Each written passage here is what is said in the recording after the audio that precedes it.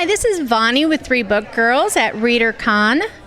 And we're here today with Amy Lee, who has written a lot of books that are right up my alley. Amy, tell me about your books. Hi, thanks for having me. So I write women's fiction and historical fiction, and I actually have a trilogy that's called Snow in Vietnam, Snow in Seattle, and Snow's Kitchen. And those trilogy books are actually based on my family's escape from Vietnam after the fall of Saigon and our refugee experience, being in a refugee camp, being out in the open seas for 5 days, 5 nights, and ultimately to the United States and what life was like resettling in a new place with trauma and PTSD. Wow, that sounds like really interesting and something I definitely would read.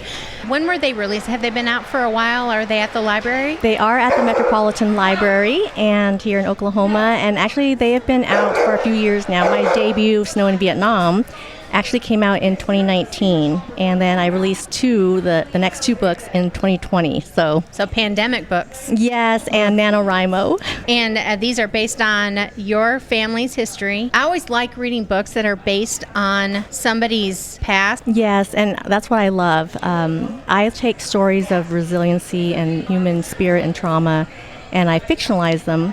So they end up being autofictions, and I love that genre because it is truth, and even though it's fictionalized because we have to protect the guilty and the not so guilty, but, it's like 85-90% of it is true, and I learn so much when I write women's fiction or historical fiction, and that's why I do it.